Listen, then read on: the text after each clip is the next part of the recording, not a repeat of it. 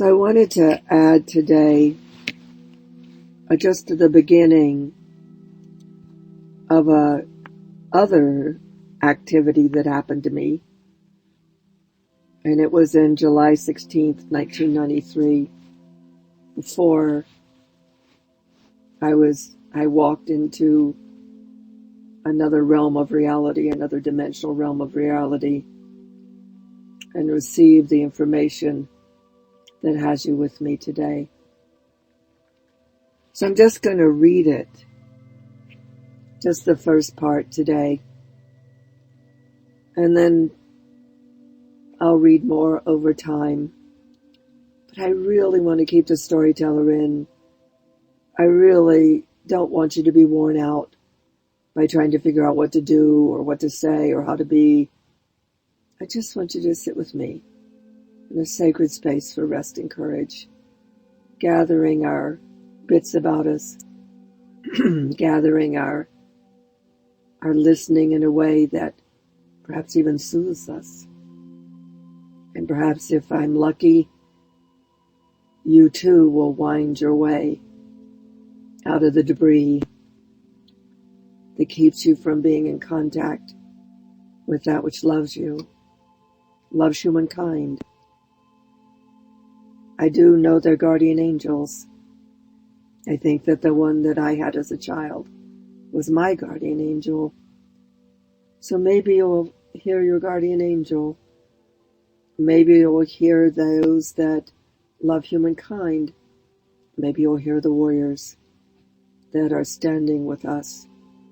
Those of us that refuse to buy the story and are busy preparing for the aftermath of when this story completes and this place can once again be paradise. So I coined this document, The Matrix of Reality. I spoke about it before. We're just going to go in and out of different stories and maybe even repeat some of them. It's all about being together. It's all about you and I and whoever else is listening at this time on this amazing internet magic we have. And we won't even know it, but we will be together. So this is what I wrote. While in the Old Testament, the first testament of this planet's major religions, meaning that all three of the major religions, Judaism, Islam, Christianity, all have the first book of the Bible, or the first book of the Torah, or the first book of the Quran.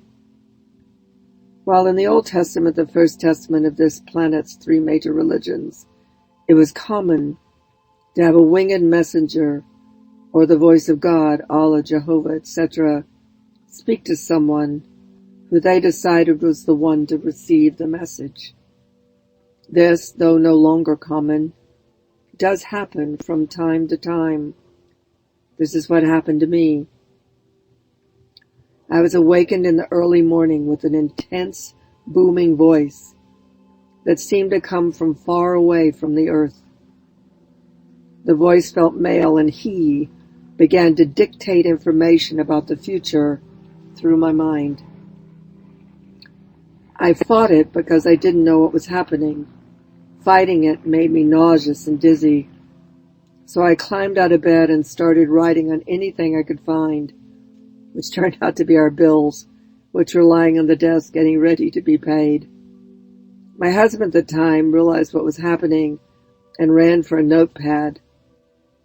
Over the day, I would collapse from time to time because the framework or consciousness being dictated to me through my mind was larger than my mind could deal with. It was like trying to read a manual and I hadn't learned to read, or hearing a song and I hadn't learned the words, nor could I understand the music. Several hours later, this document was written, and I slept for 24 hours. There was a prelude to the visitation from another being the following year, who seemed to be part of some kind of shared interest, of some kind of galactic contingency following the emergence of the human species.